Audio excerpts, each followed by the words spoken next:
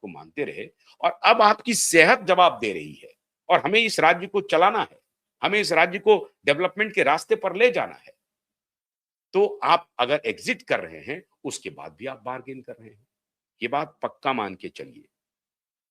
नीतीश बाबू ने अपने सबसे, जिसे भतीजा कहते हैं ना, जैसे लालू जी ने इनके करियर को विराम किया और उनको प्रधानमंत्री नहीं बनने दिया।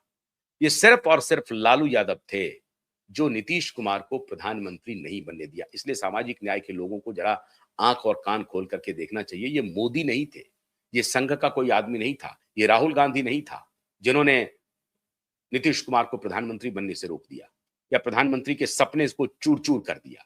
ये लालू यादव थे, ये लालू परिवार था जिन्होंने नीतीश कुमार के प्रधानमंत्री के सपने को चकनाचूर कर दिया। अब उसके रिवेंज का वक्त आ गया। धुरंधर हैं नीतीश कुमार जी, धुरंधर। अभी रिवेंज 2 आ रहा है ना धुरंधर का, तो रिवेंज ले लिया सदा के लिए। आप पक्का मान के चलिए कि निशांत और तेजस्वी की कोई तुलना नहीं हो सकती। निशांत एक पढ़ा लिखा व्यक्ति है, इंजीनियर है, बहुत ही हम्बल है, विनम्र है, बातचीत करने का लहजा है, बड़ों को सम्मान देता है, छोटों को बहुत प्यार देता है, आदर देता है। और नीतीश कुमार के सो कॉल्ड ही सही, मैं नहीं मानता हूं वैसा, लेकिन ज्यादातर लोगों के लिए वो एक सुशासन है।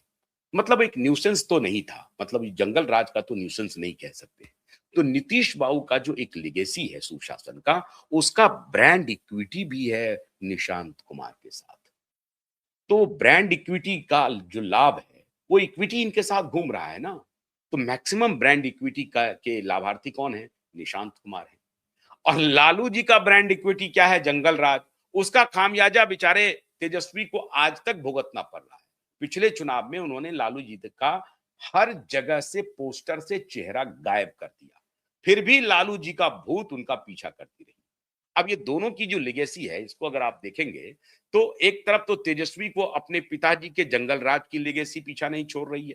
हालांकि वो बेचारे काम करना चाहते हैं, वो चाहते हैं कि बिहार को सही रास्ते पर ले जा सके। अब कितना ले जाएंगे नहीं ले जाएंगे मुझे नहीं मालूम। अगर मैं ये बोल पा रहा हूं तो हमारे सारे दर्शक कहेंगे कि साहब आप किसकी बात कर रहे हैं, तो तेल पिलावन लाठी चलावन वाली पार्टी है, वो क्या करेगा। और आपने तेजस्वी को देखा नहीं है क्या, किस प्रकार से हेलीकॉप्टर से उतर के घुमा करके फेंक दिया था अपने समर्थक को।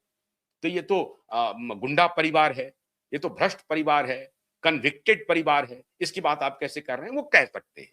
हम जानते हैं कि हमारे बहुत सारे दर्शक इस तरह की प्रतिक्रिया कर सकते हैं, लेकिन जो पॉलिटिक्स है, मैं पॉलिटिक्स की बात कर रहा हूं, तो उसमें हो सकता है कि भाई ये सुधरने की कोशिश भी कर सकते थे। लेकिन लालू यादव की जो ब्रांड इक्विटी है वो उनके साथ चल रही है और वो ब्रांड इक्विटी जीरो है, माइनस में है। तो वो उनका पीछा कर रही है। और एक तरफ नीतीश बाबू के सुपुत्र के साथ सुशासन का ब्रांड इक्विटी चल रहा है।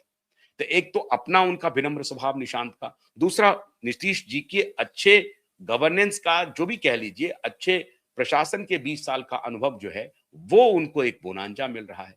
ऐसी परिस्थिति में अगर निशांत ने खुद को सत्ता में स्थापित कर लिया बतौर डिप्टी चीफ मिनिस्टर ही, जिसकी संभावना अधिक है, मुख्यमंत्री नहीं बनेंगे, ये मैं आपको गारंटी कर रहा हूं। चाहे जेडीयू से बीजेपी का अलायंस टूट जाए या रहे।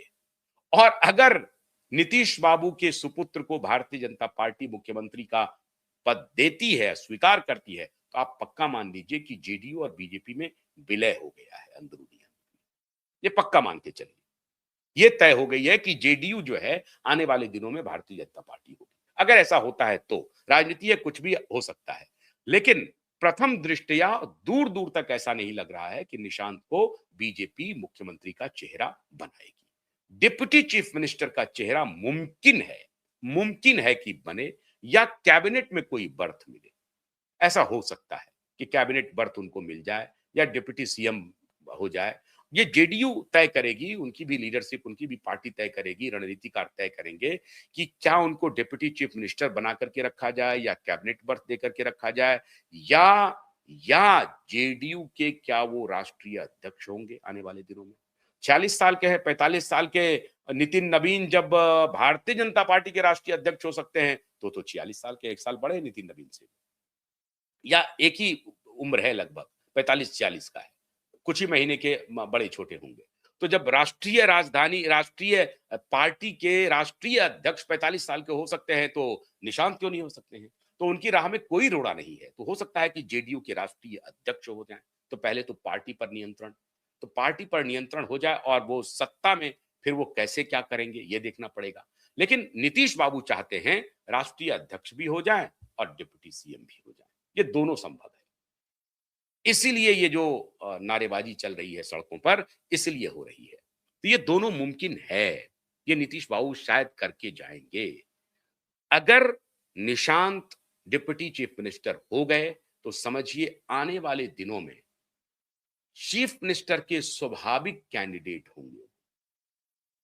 अगर जेडीयू को, मान लीजिए, फर्ज कीजिए कि जेडीयू और बीजेपी का अलायंस इसी तरह से बढ़ता रहा, आने वाले दिनों में ज्वाइंट इलेक्शन होता है, बीजेपी की सीटें कम आती है या जेडीयू की सीटें ज्यादा आ जाती है या कम ही आ जाती है, तो जेडीयू हो सकता है कहे कि नहीं, मुझे मुख्यमंत्री का पद दे दीजिए। तो हो सकता है कि बीजेपी मान भी जाए, तब तक निशांत को अनुभव भी हो जाएगा। तो चीफ मिनिस्टर का जो एक पद है जिस पर श्रीमान तेजस्वी यादव की नजर थी और बिहार फर्स्ट बिहारी कहने वाले चिराग पासवान की नजर थी, दोनों के लिए वैकेंसी बंद, और ये लंबे समय तक चलेगा। और इसीलिए मैं कह रहा हूं कि भारतीय जनता पार्टी के लिए जेडीयू इनएविटेबल है, जरूरी है। जेडीयू का खत्म होना, जेडीयू का डिवीजन होना, जेडीयू में टूट होना बीजेपी के सेहत के लिए अच्छा नहीं है। बीजेपी नहीं चाहेगी कि जेडीयू में कोई टूट हो, और अगर टूट होगी तो अपने तरफ करे, वो आरजेडी की तरफ ना जाए।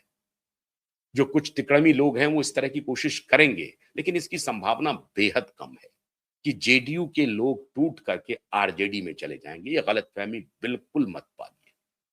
क्यों? क्योंकि भारतीय जनता पार्टी अब सवर्णों की पार्टी नहीं है। भारतीय जनता पार्टी ओबीसी की पार्टी है, दलितों की पार्टी है, पिछड़ों की पार्टी है। BJP is no more party of Brahmin, Bania, Kshatriya, Bhumihar. No, BJP is the party of OBC, Dalit and Mahadalit. तो इसलिए जेडीयू में अगर टूट भी होगी तो वो स्वाभाविक रूप से बीजेपी के साथ जाएगी, और बीजेपी ऐसा नहीं चाहेगी कि जेडीयू में टूट हो। जब तक नीतीश हैं और निशांत के आने के बाद जेडीयू के बचने की संभावना बलवती हो जाएगी, अधिक हो जाएगी, इसमें कोई शक नहीं है। क्योंकि आपको बताया ना कि परिवार के साथ घूमते रहता है पॉलिटिक्स। तो निशांत को अगर नीतीश कुमार स्थापित कर दिए सत्ता में, तो करियर फिनिश हो गया भतीजे का और दूसरे भतीजे का। गेम प्लान बहुत बड़ा है मित्रों, बहुत बड़ा। इसलिए जो लोग देख रहे हैं जेडीयू और बीजेपी, थोड़ा उसके बियॉन्ड देखिए कि आने वाले दिनों में मुख्यमंत्री की वैकेंसी हमेशा के लिए क्लोज हो जाएगी। बहुत बहुत शुक्रिया, नमस्कार।